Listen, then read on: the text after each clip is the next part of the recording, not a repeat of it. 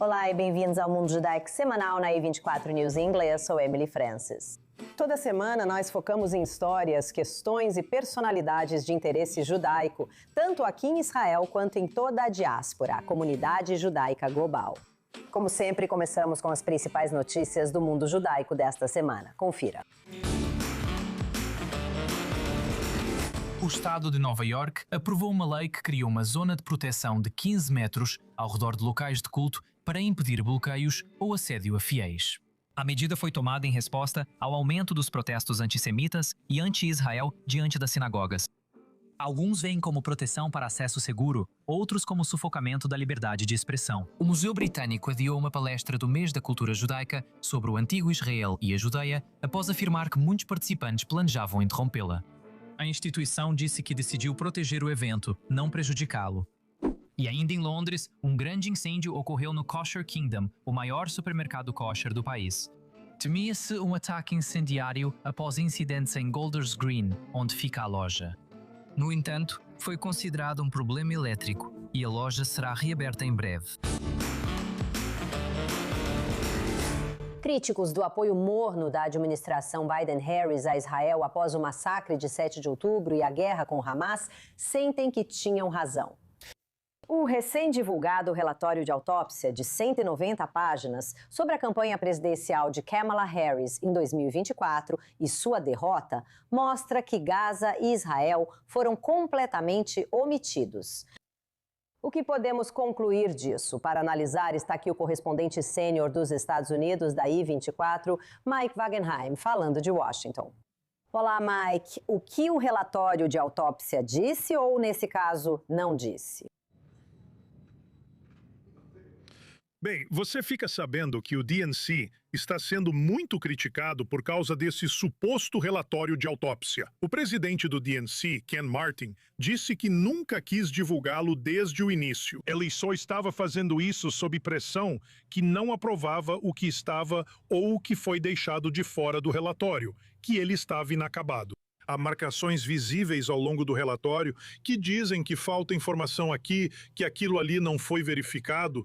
Então, na verdade, parecia ser apenas um rascunho, um verdadeiro primeiro rascunho que nunca foi feito para ser divulgado.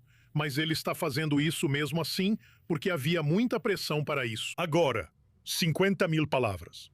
50 mil palavras nesse relatório, 0 menções a Israel, 0 menções a Gaza ou a acusação de genocídio ou qualquer coisa desse tipo.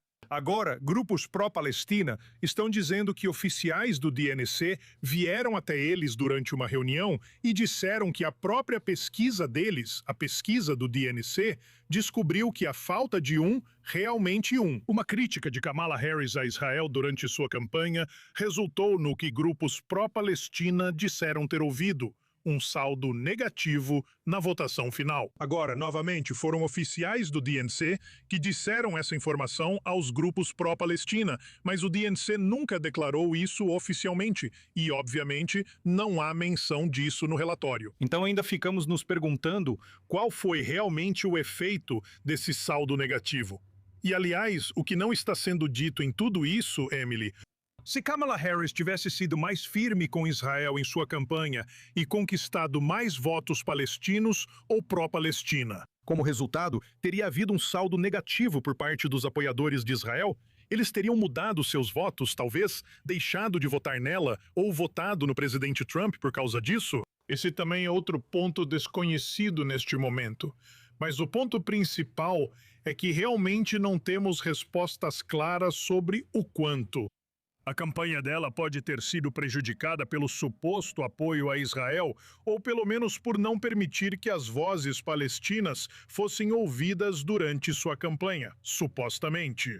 E à medida que as eleições de meio de mandato se aproximam, como os democratas vão lidar com as conclusões desse relatório?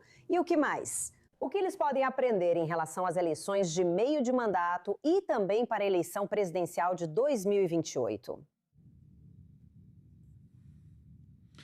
Bem, sabe, é engraçado. Existe o velho ditado de que você pode fazer os números dizerem o que quiser, mas nem sequer temos os números para moldar e criar uma narrativa aqui, porque o Comitê Nacional Democrata se recusou a incluí-los no relatório oficial. Isso vai continuar sendo um problema. E acho que você pode deixar a controvérsia em torno da autópsia de lado. Vemos isso acontecer em tempo real e com votos reais no Capitólio. Estamos vendo cada vez mais democratas apoiando um embargo de armas a Israel, e não apenas armas ofensivas, mas também armas defensivas. Estamos vendo alguns democratas dizendo cada vez mais que o fornecimento de armas defensivas não deve ser dado a Israel, que a ajuda financeira deve ser suspensa ou cortada completamente. Agora, do lado israelense, ouvimos o primeiro-ministro Netanyahu e outros dizendo isso. De fato, a ajuda deve ser eliminada gradualmente, porque está se tornando cada vez mais um problema político, e que Israel deveria ser mais autossuficiente na produção de armas e em outras áreas relacionadas para as quais tradicionalmente teve apoio financeiro americano. Portanto, independentemente do relatório, é uma questão para Israel, por causa dos democratas e da crescente falta de apoio que estamos vendo para Israel neste momento. Sem dúvida, isso será tema importante nas próximas eleições de meio de mandato. Tudo bem, muito obrigada, Mike. Com a aproximação das eleições de meio de mandato nos Estados Unidos, pesquisa indica que a maioria dos eleitores judeus tende a votar nos democratas e rejeitar Trump e suas políticas. Mesmo que 90% dos judeus digam que estão preocupados com o aumento do antissemitismo e 70% tenham um vínculo emocional com Israel, ainda assim 67% dizem que pretendem votar em candidatos democratas em novembro. Agora, falando conosco de Washington, D.C., está Hailey Soifer, a CEO do Conselho Democrata Judaico. Olá e obrigada por estar aqui. Obrigada por me receber. Nessa pesquisa, 2/3 dos judeus planejam votar em candidatos democratas. Isso, claro, apesar de todas essas controvérsias e da violência contra o povo judeu e do antissemitismo. Então, por que você acha que não vimos uma mudança maior para a direita? Bem, acho que tem a ver com os valores que guiam o voto judaico. Essa pesquisa, além de indicar que 7 em cada 10 eleitores judeus pretendem votar nos democratas nas eleições de meio de mandato, também indica que os eleitores judeus estão priorizando uma série de questões, começando pelo futuro da nossa democracia. E essa também foi a principal questão para os eleitores judeus nas 2 últimas eleições, 2024 e 2022. Ninguém ameaçou mais a democracia americana do que Donald Trump. E ele foi apoiado pelos republicanos no Congresso. Então faz sentido que os eleitores judeus, priorizando essa questão, os rejeitem de forma esmagadora. A pesquisa aponta que o custo de vida é a segunda maior preocupação dos eleitores judeus. E as políticas fracassadas de Donald Trump aumentaram os custos para todos nós. A terceira questão mais importante é o antissemitismo. Como você mencionou, 90% dos eleitores judeus, o que é um número surpreendentemente alto, estão preocupados com o antissemitismo nos Estados Unidos. E essa questão não deve ser vista sob a ótica da direita ou da esquerda. A esmagadora maioria dos democratas, incluindo nossa liderança, está ao lado da comunidade judaica nos esforços para combater o antissemitismo. Mas eu acho que o que essa pesquisa realmente demonstra é que o voto judaico continua sendo guiado por valores. E em todos os nossos valores fundamentais, Donald Trump e os republicanos no Congresso simplesmente não estão alinhados com a maioria dos judeus americanos. E sabe onde eles se posicionam em relação, até onde você sabe, à guerra com o Irã e tudo mais? Quero dizer, ainda estamos vendo que existe uma conexão maior do povo judeu com Israel e com a terra natal judaica após o 7 de outubro, enquanto muitos americanos não estavam realmente envolvidos antes disso. Nós vemos sim um apego a Israel, e na verdade, a questão de Israel ganhou mais prioridade entre os assuntos importantes. Essas pesquisas são feitas há anos, e após 7 de outubro, a questão de Israel ganhou mais destaque. É a quarta questão mais importante para os eleitores judeus. E 70% dos eleitores judeus sentem um apego emocional a Israel. Mas, ao mesmo tempo, quase o mesmo número de eleitores, 67%, têm uma opinião desfavorável sobre o primeiro-ministro Netanyahu. 55% se opõem à conduta de Israel na guerra em Gaza. e 62% são contra a guerra no Irã. Então, eu acho que isso realmente demonstra que os judeus americanos, pelo menos a maioria deles, estão conciliando duas coisas ao mesmo tempo, parecido com muitos israelenses, talvez. Estamos comprometidos com a segurança de Israel e seu futuro como Estado judeu e democrático. E ainda assim, discordamos das políticas do atual governo israelense, assim como somos patriotas americanas convictas e discordamos das políticas do nosso próprio governo. Então, é um momento complicado para as judias americanas. E essa pesquisa demonstra que elas vão rejeitar massivamente Donald Trump e os republicanos nas urnas em novembro. Então, o que você acha? Quer dizer, é uma pesquisa, mas é uma pesquisa bem robusta. Quando chegar novembro, você acredita que há incentivo real para mudar o equilíbrio de poder quanto à maioria no Congresso? Com certeza, e eu acho que o voto judaico pode desempenhar um papel fundamental nisso. É o que consideramos um componente essencial de uma coalizão democrata vitoriosa. O voto judaico sozinho não vai ganhar uma eleição, mas cerca de 7 em cada 10 eleitores judeus apoiando os democratas pode ajudar os democratas a vencer em eleições que estão cada vez mais acirradas neste país. E temos muitos distritos-chave, inclusive em Nova York e em outros lugares, que estão em disputa nessa eleição. E se eles forem para os democratas vão retomar a maioria. Esses são distritos onde o voto judaico não é insignificante, é cerca de 20%. Então, isso realmente importa em distritos e estados-chave que podem determinar a maioria no Congresso, tanto no Senado quanto na Câmara. Certo. Muito obrigada, Hailey, pela sua análise. Obrigada. Nemanja Starović, ministro da Integração Europeia da Sérvia e presidente da delegação do país na Aliança Internacional para a Memória do Holocausto, esteve em Washington se reunindo com autoridades dos Estados Unidos e líderes judeus, com foco nas relações com Israel, em um novo acordo de livre comércio e em esforços para combater o antissemitismo. Antissemitismo. Mike Wagenheim, correspondente sênior da I24 News English nos Estados Unidos, falou com ele na Embaixada da Sérvia e detalha a conversa. Sabe, é irônico. Com o passar do tempo, parece que Israel tem mais aliados no Golfo do que na Europa atualmente, com algumas exceções como o seu país. Na sua opinião, como a Europa pode reparar suas relações com Israel e vice-versa?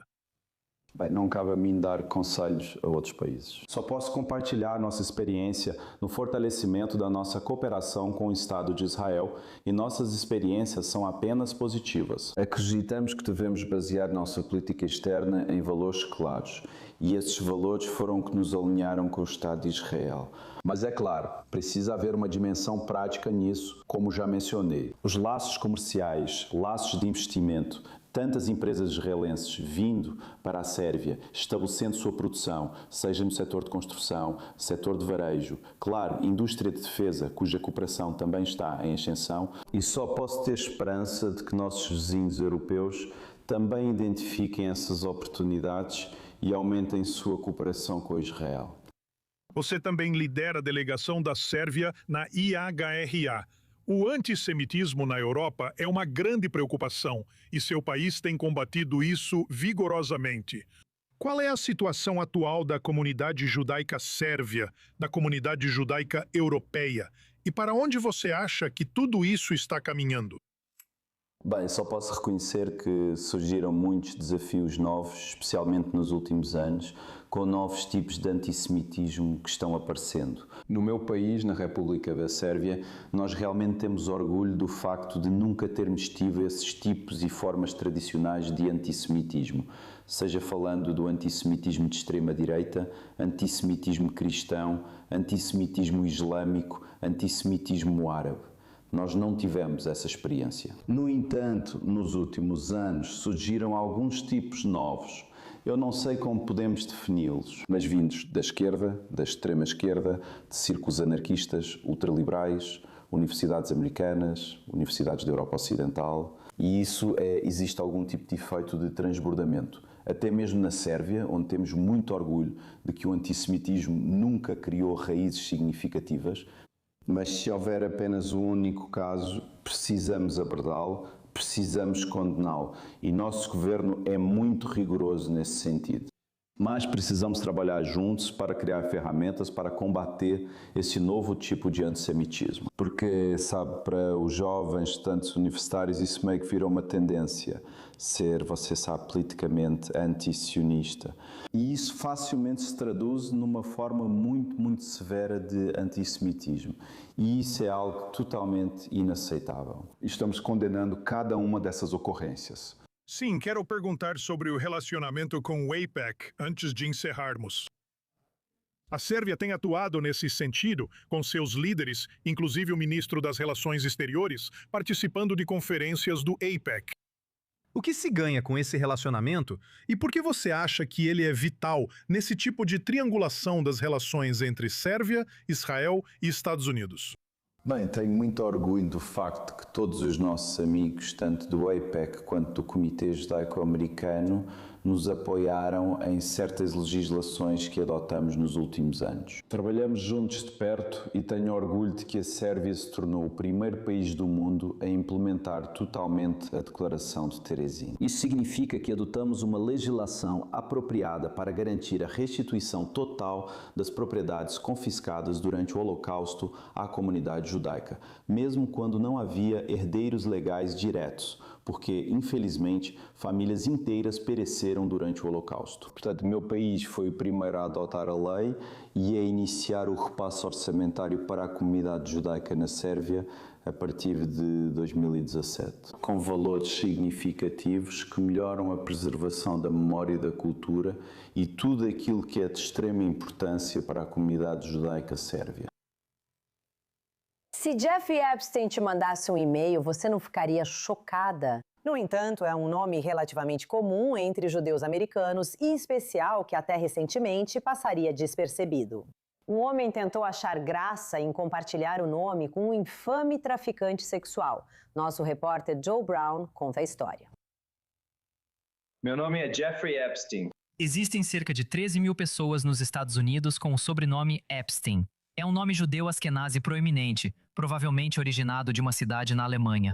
Mas apesar de roteiristas lendários, artistas e empresários musicais com esse sobrenome, para a maioria das pessoas, a menção do nome Epstein só fará lembrar de uma pessoa.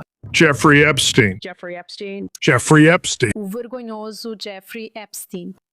E com cerca de 1 milhão de americanos com o nome Jeffrey, seria de se esperar que houvesse alguma coincidência de algumas pessoas azaradas compartilharem o nome com o desonrado e falecido financista de Nova York. Sabe, quero dizer, eu já conheci o criminoso Jeffrey há anos, justamente porque ele estava encrencado. Quando alguém, sabe, tem o mesmo nome que você, mesmo que ele não fosse muito conhecido, eu sabia quem ele era. Menos de 500 pessoas nos Estados Unidos se chamam Jeffrey Epstein. E ter o mesmo nome que talvez o criminoso mais infame do século XXI, naturalmente traz suas complicações. Sabe, eu tenho um negócio. Eu preciso entrar em contato com as pessoas. Tenho certeza de que algumas pessoas viram meus e-mails e pensaram, o quê? Que absurdo é esse? Tipo, esse cara é algum brincalhão? Sabe, tenho certeza de que isso aconteceu. O outro Jeff Epstein, nascido em Nova York, gerencia um negócio de recuperação de ativos, mas em 2022 decidiu retomar uma antiga paixão. Na verdade, só aconteceu quando descobri como tirar algo positivo disso, tornando-me comediante e focando nisso. Então eu meio que fiquei mais em paz com isso, sabe? Quando eu descobri como simplesmente assumir e abraçar essa situação.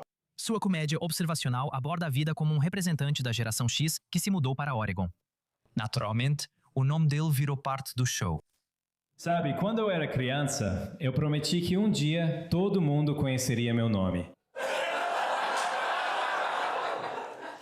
Cuidado com o que você deseja. Do jeito que outras pessoas têm o pronome de gênero ela, ela dela, ou ele dele, bem, o meu pronome de gênero virou não ele. Mas ele garante que nunca quer minimizar os crimes horríveis do seu homónimo. Frequento muitos shows de comédia e open mics, onde discuto piadas sobre os arquivos Epstein ou o próprio Epstein. Algumas são bem de mau gosto. Não é o que eu faço. Quero dizer, eu sou um comediante mais limpo, na maioria das vezes. Eu só estou tentando focar na realidade constrangedora e na infeliz realidade de compartilhar um nome com um dos criminosos mais conhecidos da história moderna. Enquanto as piadas sobre o nome dele deram a ele um grande número de seguidores nas redes sociais, isso tem sido uma maldição tanto quanto uma bênção. Muitos contratantes de comédia não me contratam só por não quererem Jeffrey Epstein no elenco. Mas a comédia dele foi abraçada por pessoas com o mesmo nome. Segundo Jeffrey Epstein, um estudante do ensino médio contou que, após ouvir sua abordagem humorística sobre nomes, passou a aceitar seu próprio nome de nascimento, antes rejeitado por causa de zombarias. Você também precisa ter a pele grossa, sabe? Para escolher isso. Eu acho que ser mais público sobre o nome e a situação. Existem 106 outras pessoas com o nome Jeffrey Epstein ao redor do mundo, então eu não estou trilhando esse caminho sozinho. No entanto, eles não estão fazendo mais nenhum de nós. Eles cortaram o nome Jeffrey Epstein. Foi por volta de 2016. Agora, somos uma sociedade de membros fechados. Bem, por séculos, o ladino foi a principal língua falada pelos judeus na Península Ibérica e continuou mesmo após a Inquisição e o contínuo exílio dos judeus sefarditas pelo mundo. Mas, assim como o Yiddish, essa língua judaico-espanhola única vem desaparecendo lentamente. Mas uma musicista israelense está trazendo ela de volta à moda. Ouça só.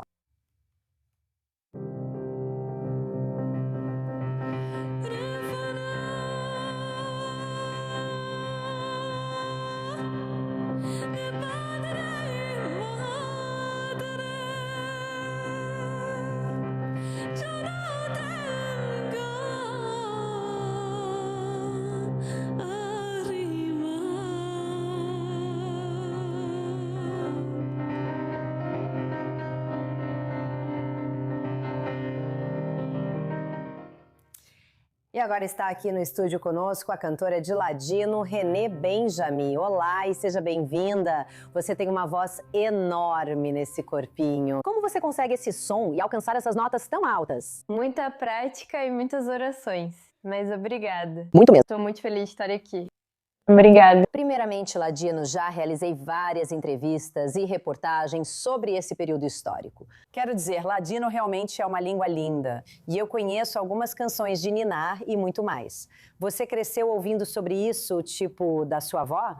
Eu ouvi a maior parte disso na sinagoga. Eu era realmente muito religiosa e comecei isso com a Yeshiva Levi. Eu comecei através da música, aprendi através da música, através da sinagoga. E é isso que me move. É assim que eu sinto, como se minha alma estivesse lá. Uau! Com quantos anos você percebeu essa conexão? Era criança? Acho que sim. Todo mundo que me conhece desde muito jovem sempre disse que eu tenho uma alma antiga. Eu gosto muito de história. Eu gosto muito de cultura e de línguas. Eu falo 3. E sim, eu acho. Bem, não há coincidências. E aqui está você. Então, para começar a preparar a sua carreira de cantora, você teve que aprender ladino ou está, sabe, aprendendo primeiro algumas das músicas clássicas que sobreviveram ao longo das gerações? Em primeiro lugar, eu tive o privilégio de estudar com Yasmini Levi. Nem preciso dizer quem ela é, mas ela é realmente a mulher mais talentosa que eu conheço. Eu estudei com ela as músicas tradicionais. E, através das músicas, aprendi o idioma. Como também estudo espanhol, está tudo conectado. E agora, neste ano, eu realmente tento estudar com pessoas que falam ladino, que são muito mais velhas do que eu, mas elas me ensinam, eu levo para elas o quê? As músicas que eu gosto.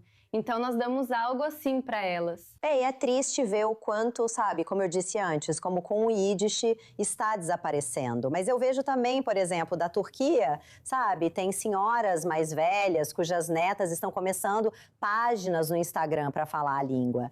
Sabe, explique o que essa língua tem de tão bonito para você e para os outros. Eu acho que Imagino é algo realmente poderoso.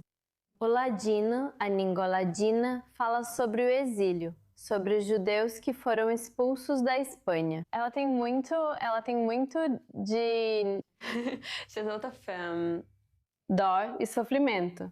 E a sensação de que você não pertence ao lugar onde está, de que foi traída, é algo que é ainda mais, é algo muito profundo.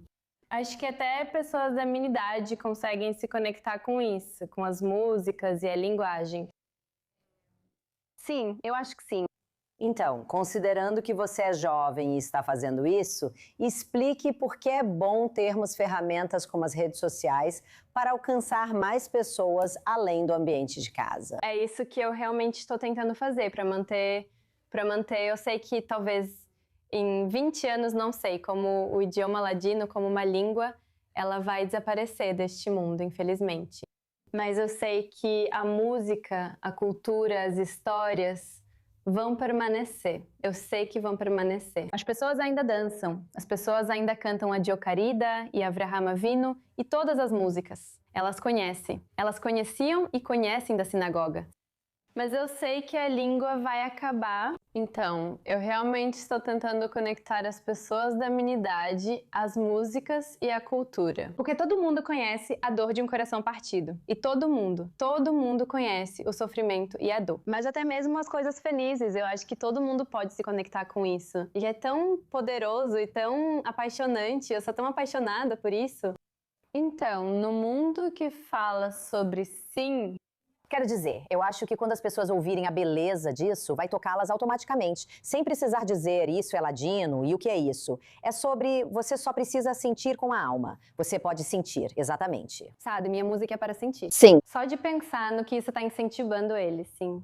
Lindo. Bem, continue com um ótimo trabalho e obrigada por seguir em frente e correr atrás da sua paixão.